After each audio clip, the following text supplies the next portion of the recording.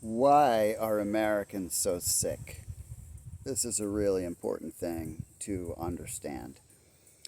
So, before I share a couple of nuggets, I want to encourage you to get this book, Good Energy.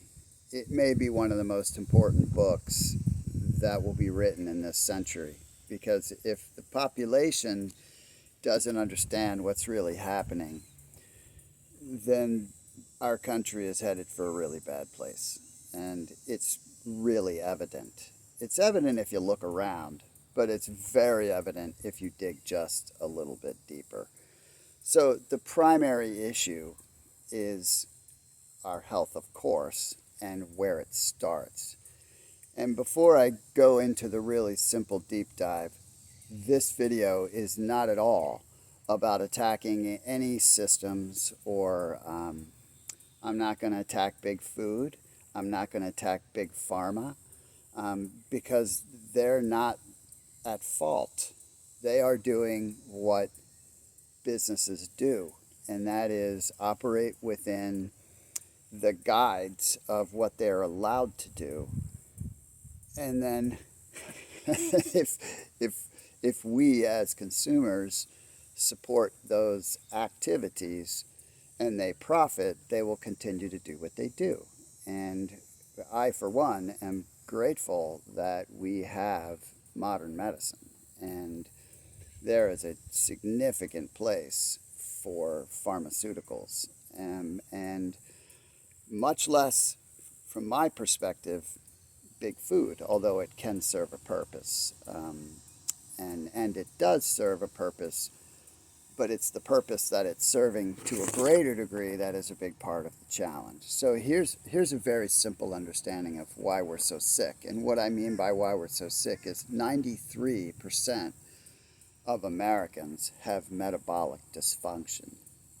88%, and this was a study done at UNC, Chapel Hill, not long ago, are metabolically unhealthy. And while we would tend to, on the surface, associate that with physical characteristics like being overweight, it's much deeper than that. Yes, that is an external characteristic, which of course then would also factor into things like fatigue and all the health issues that come out of it. The majority of health issues are rooted in this problem, and it is correctable.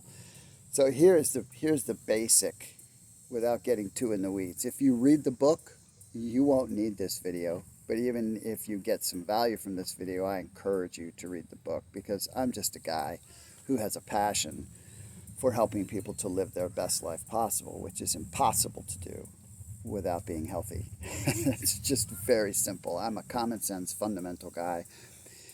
And I've been operating under the basic principles that lead to that for many decades, and went from someone who had poor health in my 20s to someone who has astounding health in my 60s.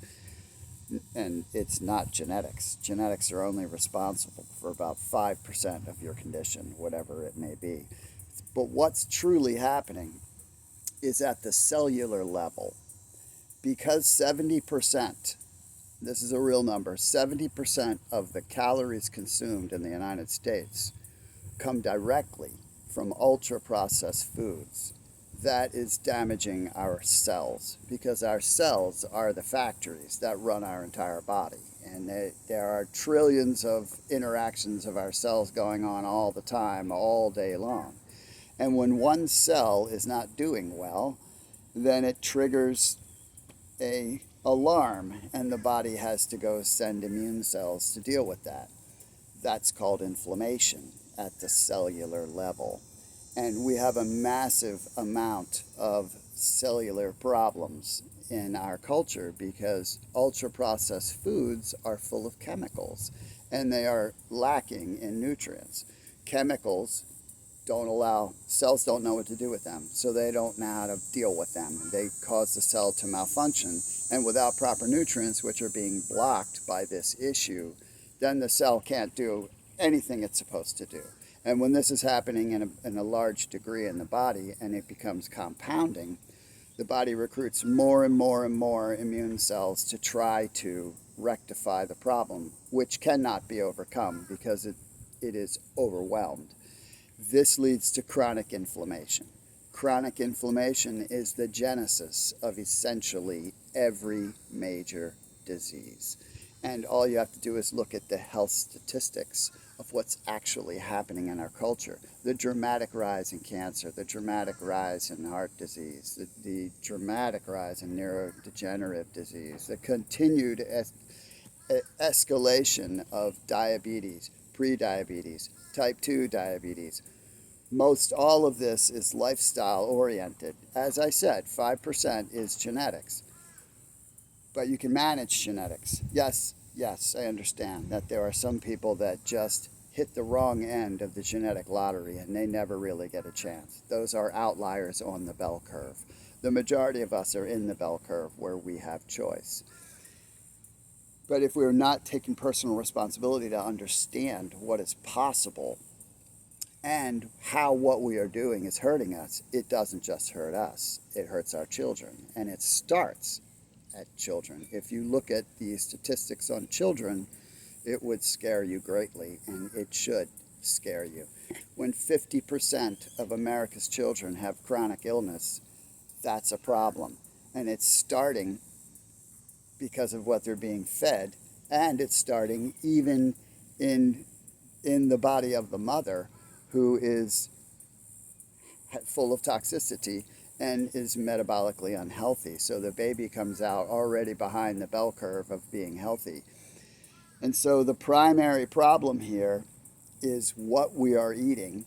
That is the primary problem, in addition to the other chemicals we are getting exposed to in our environment. Many of the chemicals that are in our food are not allowed in other countries.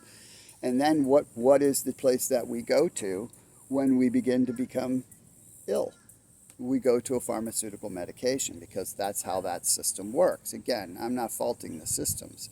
I mean, the medical system has done wonderful things and continues to do so, and it's full of fantastic people. But the reality is drugs do not treat the actual issue. They just manage the issue. And when you get on pharmaceuticals, they tend to be, especially for a chronic issue, chronic, meaning you use them the rest of your life, which is unfortunate because they too cause damage to cells, because many pharmaceuticals block absorption of nutrients, which everything in your body runs on them. And they also create side effects because they're forcing the body to do something it cannot do on its own right now. And those side effects also lead to other medications. Lack of nutrients leads to other medications because your body begins to break down in another way. And side effects can lead to other medications. And I'm not going to go down that road because you can do your own research.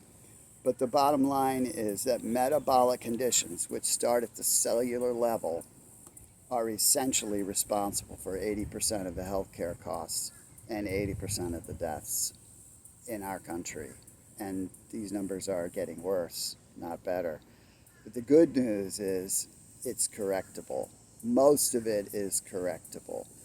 It starts with each one of us becoming responsible and being our own health advocates and being purposeful. I'm not saying you can't have a little fun. I live by what I call the 90-10 rule. 90% of the time, I do everything possible the right way to take care of my body. 10% of the time, I'm going to have some fun, do whatever I feel like doing. And that ratio works very, very well. But we have to become very clear that we are the ones that can change it. Systemically, it won't be changed from a system perspective, because the system, in the eyes of those who create systems, is profitable. Sickness is profitable. Bad food is profitable until it's not. But the only way it becomes not is if each individual changes their behavior and takes responsibility for being healthy and decides, I'm not going to eat very much processed food. I'm going to work at becoming healthier so I don't need medications unless in an acute situation. So I encourage you to do your own homework. Get Casey means and Callie means book. It might be one of the most important books you will ever read in your life. And I get no benefit from telling you this, except my cause and passion is to help as many people as I possibly can. And I know how much this means to the quality of life and to the joy you can experience in life. Because without your health, you have neither one. You are not going to have either. I hope that this little message was helpful for you.